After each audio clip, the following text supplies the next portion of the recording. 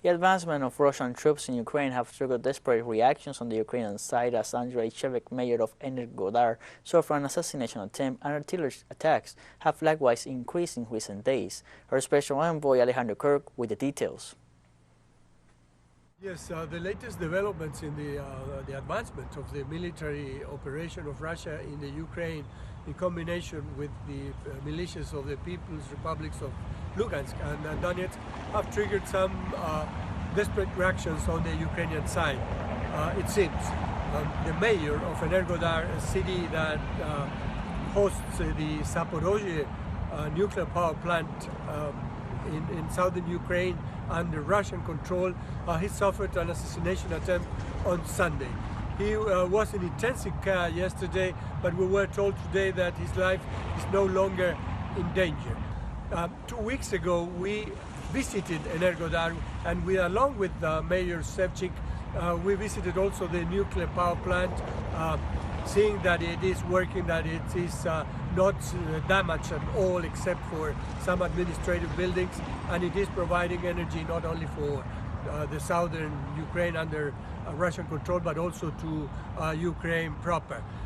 So we spoke with this man. He invited us to his office, and he gave us a long explanation of his interpretation of this conflict and the future of the region after the military operation. You cannot call it a war, because World War III had started before. It started with Iraq, the draining of Syria, Afghanistan. It was all going around, because when you talk about World War III, everybody thought it was going to be nuclear strikes or whatever. No, there is a different war going on now. We have a war definitely developing in small different bits. Then we have a powerful communicational second front, because there is an information war now. That's also a very scary thing, because there is a substitution of concepts. That was the mayor of Energodar, Andrei Shevchik, now under medical treatment after an assassination attempt.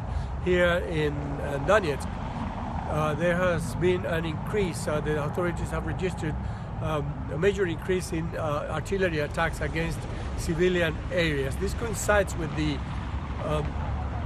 surrender of over 2,500 Azov militants, Azov battalion, Nazi militants in Azovstal, together with Ukrainian troops over the last few days. These people surrendered and were not evacuated, as the Western media has been propagating, in order to hide the fact that this seems to be a major moral defeat for the Ukrainian forces. And these people will be tried in the local tribunals here in the People's Republic of Donetsk, as the leader of this republic, Denis Pushilin, informed today. It has been reminded that the death penalty is still valid here in the Republic, unlike Russia, where it has been suspended.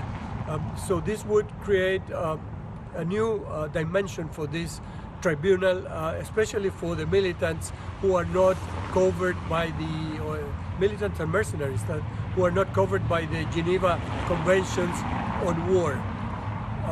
There has not been set yet a date for the trial. These people are still being interrogated. They have been filtered to separate those who are regular soldiers from militants and foreign mercenaries. That's it for now from Donetsk People's Republic. Over to you. We have more